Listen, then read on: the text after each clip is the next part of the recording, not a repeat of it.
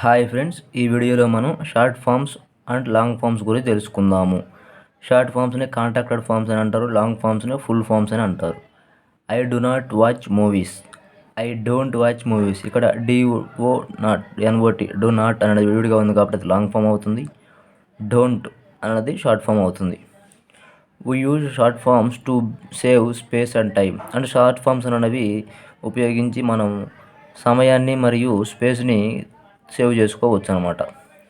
Short forms from long forms నుంచి short forms ఎలా వస్తాయో తెలుసుకుందాం. కాంట్రాక్టింగ్ అంటే precise, helping verb and not. Helping verb నాట్ను ఉపయోగించి ఎట్లాగా కాంట్రాక్ట్ అంటే షార్ట్ ఫామ్స్ని సృష్టించాలో తెలుసుకుందాం. Helping verb plus not is equal to helping verb not అవుతుందన్నమాట. ఫస్ట్ డూ ఫామ్స్ వచ్చేసరికి do, does, did. Be forms వచ్చేసరికి am, is, are, was, were. Have forms వచ్చేసరికి హ్యావ్, హ్యాజ్, హ్యాడ్. వీటన్నిటిని యాక్సిలరీస్ లేదా ప్రైమరీ యాక్సిలరీ వెర్బ్స్ అని అంటాము.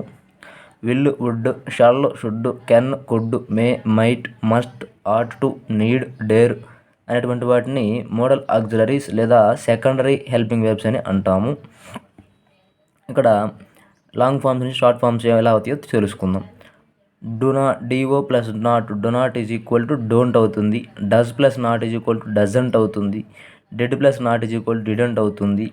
Yam plus not is equal to aren't అవుతుంది. ఇక్కడ మనం గమనించాల్సింది ఏంటంటే యామ్ నాట్ అని ఉంటుంది కానీ యామెంట్ అని ఉండదు, కాబట్టి ఆరెంట్ అని రాయాలి.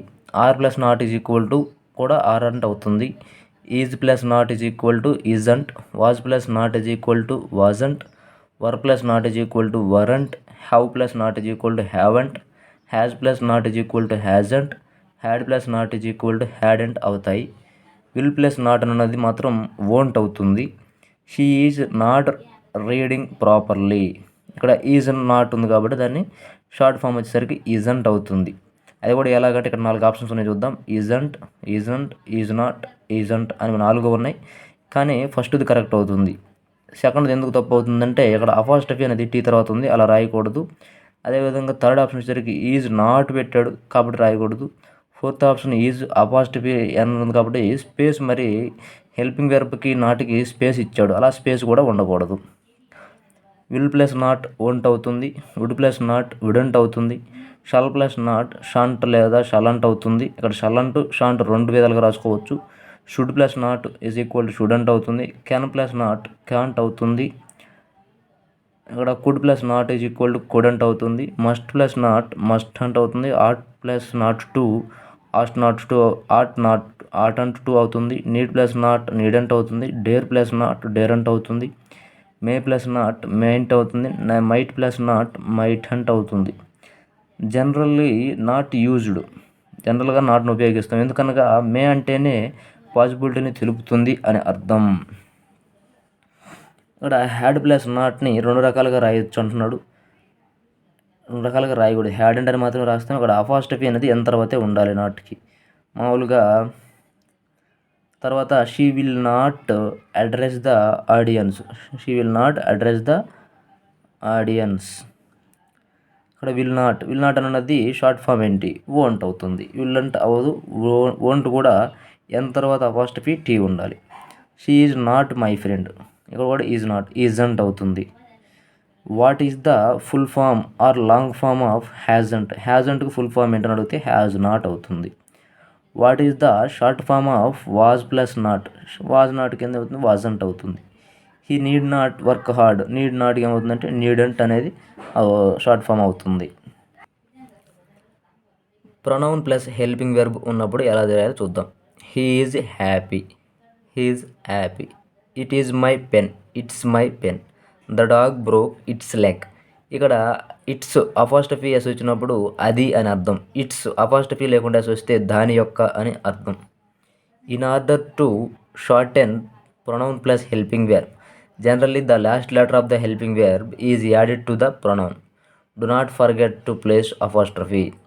ఇక్కడ ఏం చెప్తున్నాడంటే సాధారణంగా pronoun plus shorten pronoun plus helping verb ఉన్నప్పుడు హెల్పింగ్ వెర్బ్కి లాస్ట్ లెటర్ యాడ్ చేయాలి. ఆ లాస్ట్ లెటర్ ముందు అపాస్ట్రఫీని ఖచ్చితంగా ఉంచాలి. I am, I'm. We are were, we are. You are plus are were, you are. He is are was or has, he's. షీకి is లేదా వాజ్ లేదా హ్యాజ్ యాడ్ చేసినప్పుడు షీజ్. ఇట్కి ఈజ్ లేదా వాజ్ లేదా హ్యాజ్ యాడ్ చేస్తే it's. ఐకి was add చేస్తే ఐజ్. దేకి ఆర్ని యాడ్ చేస్తే they're. The students wanted their teacher. ఇక్కడ దే ఆర్ అంటే వారి అని అర్థం, దెయిర్ అంటే వారి యొక్క అని అర్థం. I plus have I have a car. A car. We have. You plus have you have. He plus has he's. She plus has she's.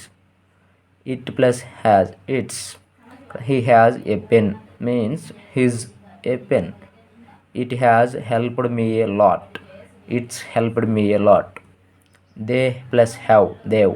I plus had I'd. You plus had you'd. We plus had we'd. She plus had షిడ్. He plus had he'd. It plus had it. D apostrophe D means had or would. Apostrophe D ఉంటే అక్కడ had కానీ would కానీ ఏదైనా రావచ్చు సందర్భాన్ని బట్టి, ఆ వాక్యం యొక్క అర్థాన్ని బట్టి. I plus will I'll. I plus shall I'll. We plus will I plus would would. I plus should ఇడ్.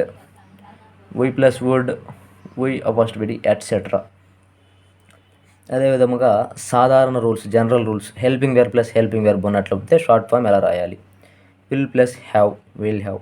Could plus have could have. Should plus have should have. Might plus have might have. I should have gone to school. I should have gone to school. తర్వాత don't use two short forms in one sentence. అంటే ఒకే వాక్యంలో రెండు short ఫామ్స్ని ఉపయోగించరాదు. I have not eaten breakfast. I haven't or I've not eaten breakfast. అంతేగాని I'ven't eaten అని రాయకూడదు. I haven't or I've not eaten breakfast. I'ven't అని మాత్రం వాడకూడదు. She is eaten food. What is the long form of she's? She has. ఇక్కడ she is not by she has రావచ్చు, is రావచ్చు, was రావచ్చు, does రావచ్చు. కానీ ఇక్కడ ఈటన్ ఫుడ్ అంటే పాస్ట్ పార్టిసిపుల్ అయిపోయిందనమాట. ఏంటి అప్పుడు షీ పక్కన హ్యావ్ ఫామ్ రావాలి. కాబట్టి షీ హ్యాజ్ అని వచ్చేది కరెక్ట్ అవుతుంది. V3కి ముందు బీ ఫామ్స్ V3కి ముందు బీ ఫామ్స్ కానీ బీ ఫామ్స్ వచ్చేసరికి am, is, are, was, were. అదేవిధంగా హ్యావ్ ఫామ్స్ హ్యావ్, హ్యాజ్, హ్యాడ్లలో ఏదో ఒకటి ఉంటుందన్నమాట. What plus is what's. Who plus is who's. Which plus is which's. Where plus is where's. That plus is that's. Apostrophe S means is are was or has. Apostrophe S తీసుకున్నప్పుడు is కానీ was కానీ has కానీ ఏదో ఒకటి అవ్వచ్చు అక్కడ వాక్యంలో ఉన్న అర్థాన్ని బట్టి. That's proved. That is wrong అంటే దట్ హ్యాజ్ ప్రూవ్డ్ అని అర్థం ఇక్కడ. Acronym acquired immune deficiency syndrome AIDS. అంటే ఎయిడ్స్ అనగా ఎక్వైర్డ్ ఇమ్యూన్ డెఫిషియన్సీ సిండ్రోమ్. ఇక్కడ ఒక ప్రతి పదంలోని మొదటి అక్షరంతో ఇక్కడ ఒక అర్థం అంటే ఒక పదం రాసుకున్నాం ఎయిడ్స్ అని. అంటే ఇచ్చిన పదాల యొక్క మొదటి అక్షరము ద్వారా పలకదగ్గ వేరొక పదము వచ్చినట్లయితే దానిని యాక్రోనిమ్ అంటారు. The pronounceable word that is formed from the initial letter of the group of words is said to be acronym. అంటే ఇచ్చిన పదాల యొక్క మొదటి అక్షరం ద్వారా పలకదగ్గ వేరొక పదం వచ్చినట్లయితే దానిని యాక్రోనిమ్ అంటారు. ఎయిడ్స్ యాక్రోనిమ్ అంటే అక్షరాల మొత్తాన్ని కలిపి ఒక పదంగా వాడాము లేదా పలికాము కాబట్టి దీన్ని యాక్రోనిమ్ అని అనడం జరిగింది. సిఐడి ఇది అబ్రివేషన్ అవుతుంది. బిఏ ఇది కూడా అబ్రివేషన్ అవుతుంది. అంటే అక్షరాలను విడివిడిగా పలికినట్లయితే ఇది అబ్రివేషన్ అని అంటారు. అక్షరాల మొత్తాన్ని కలిపి ఒక పదంగా పలికితే దాన్ని యాక్రోనిమ్ అని అంటారు. ఇది ఫ్రెండ్స్, ఈ వీడియో కనుక మీకు నచ్చినట్లయితే లైక్ చేయండి, షేర్ చేయండి. Thanks for watching this video. Please do subscribe.